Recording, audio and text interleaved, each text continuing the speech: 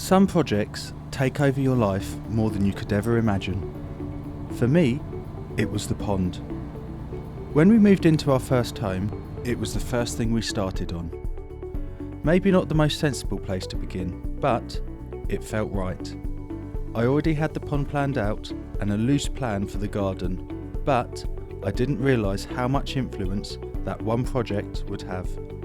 Before long, the pond wasn't just a feature. It was the heart that everything else drew inspiration from. The whole garden ended up taking its shape from it. From that moment, everything began to grow around it. Paths curved towards the water, plants found their place, and quiet little corners formed where I could sit and simply watch. The pond didn't just occupy space, it quietly became the centre of everything. Seating areas are positioned with the pond in mind. Plants are arranged deliberately so you can see the feature from anywhere in the garden. Every new idea started with it in mind. The pond became the star, and the garden its supporting cast.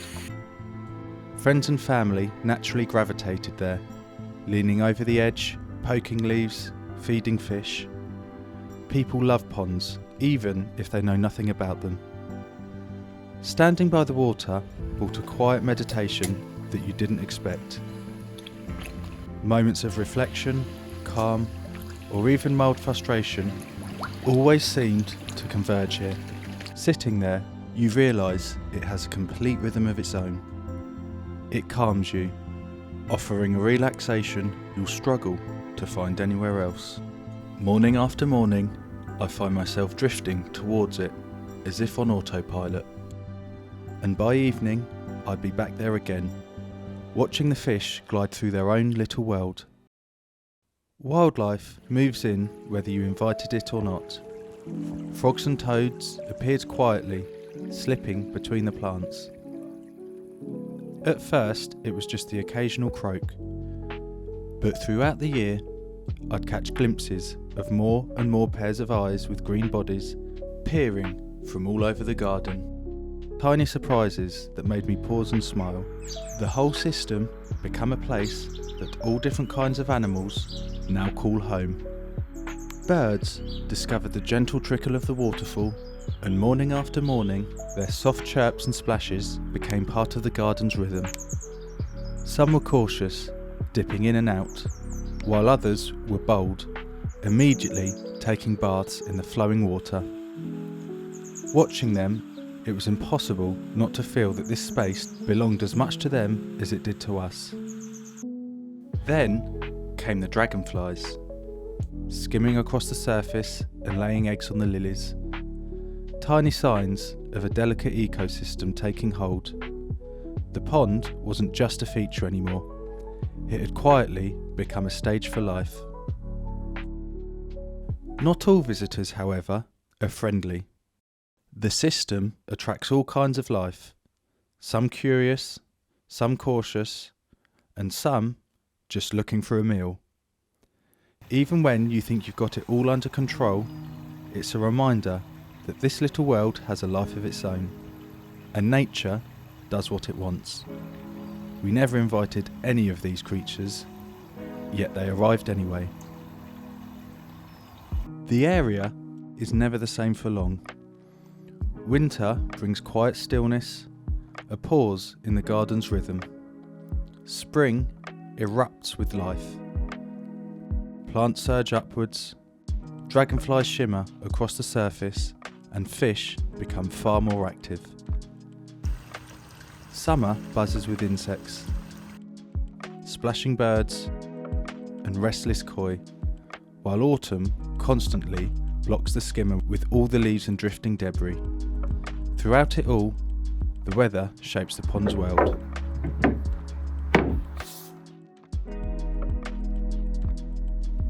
Over time, you realise that your daily routine partly bends around the pond, checking, observing, adjusting, or simply just sitting there quietly.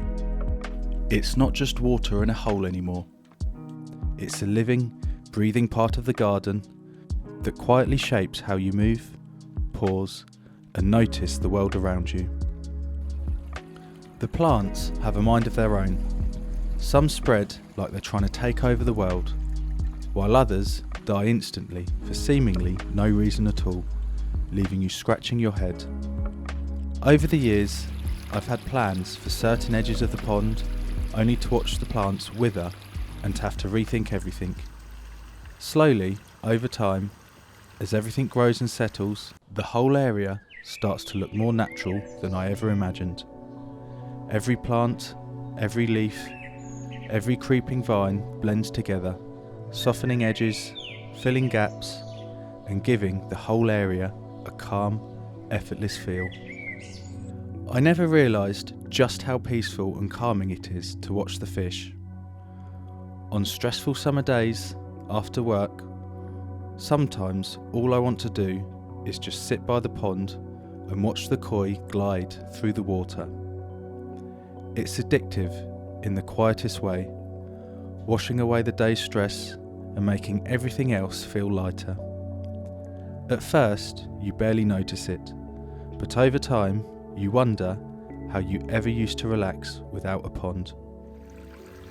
Ponds expose every design mistake, flow rates that aren't quite as strong as you'd like, which might create slight dead spots where the water hardly moves, shelves that are too shallow, edges that never quite settled. You only notice it once it's running, and the truth is, no matter how perfectly you build it, there will always be things that you would have done differently in hindsight. I've got to go back in. But that's part of the process. Every tweak, every correction becomes part of the story of the pond, shaping it into something that feels alive and uniquely yours. Even when it's running smoothly, you never stop planning future changes. Softening an edge here, adding a plant there, tweaking a feature just a little. The pond becomes a long-term creative project, always evolving, always inviting your ideas.